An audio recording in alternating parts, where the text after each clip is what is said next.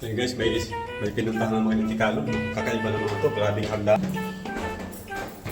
Ayun, grabe. Parang kirayuma.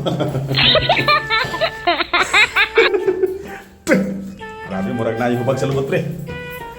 Guys, masarap pala maging bodyguard ni Tikalo. Ayun, andito na yung bahay niya. Kumbawa. Ayun guys, nandito pala oh.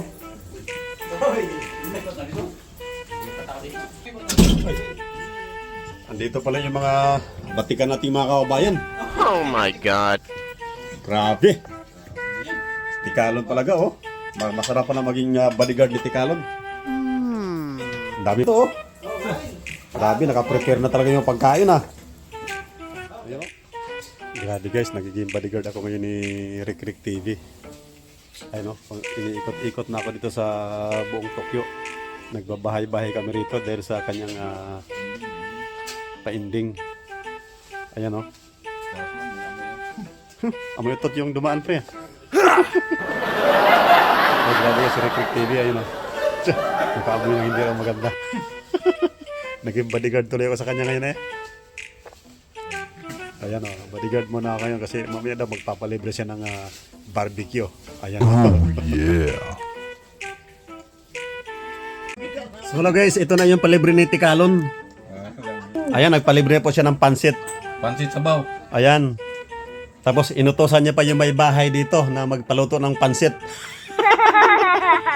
Akala ko talaga, libre na Tikalon. Yung pala dito sa may bahay. Ayan o. Tapos ito yung may mga bahay dito. Ayan, dumayo kami rito. Pagdating namin may palibre pang pansit. Pinagbayad na, nagpalibre pa ng pansit ang walang ya. Walang iya, napaka-cute ng short ni Padialan. Hoy! Na naramdaman ko, ang cute talaga eh. Bawal ipakita yung short kasi makapiright. Bawal daw yun. Grabe guys. Million views. Ayan, mukhang swerte yata na magiging bodyguard ni Tikalon kasi may mga pagkain. Bawat puntahan namin bahay, may mga pagkain talaga eh. You know? Grabe. Pero magpasalamat tayo kay ate sa may bahay at saka Salamat po. tsaka nandoon yung may bahay doon sa kabila at saka dito. Yan, pasalamat tayo niya kasi hindi nila kinain yung pansit. Itinira talaga para sa amin.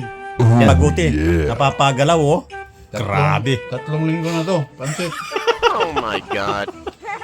So ayun, swerte talaga pa naging bodyguard tayo kay Rick Rick TV. Ayan.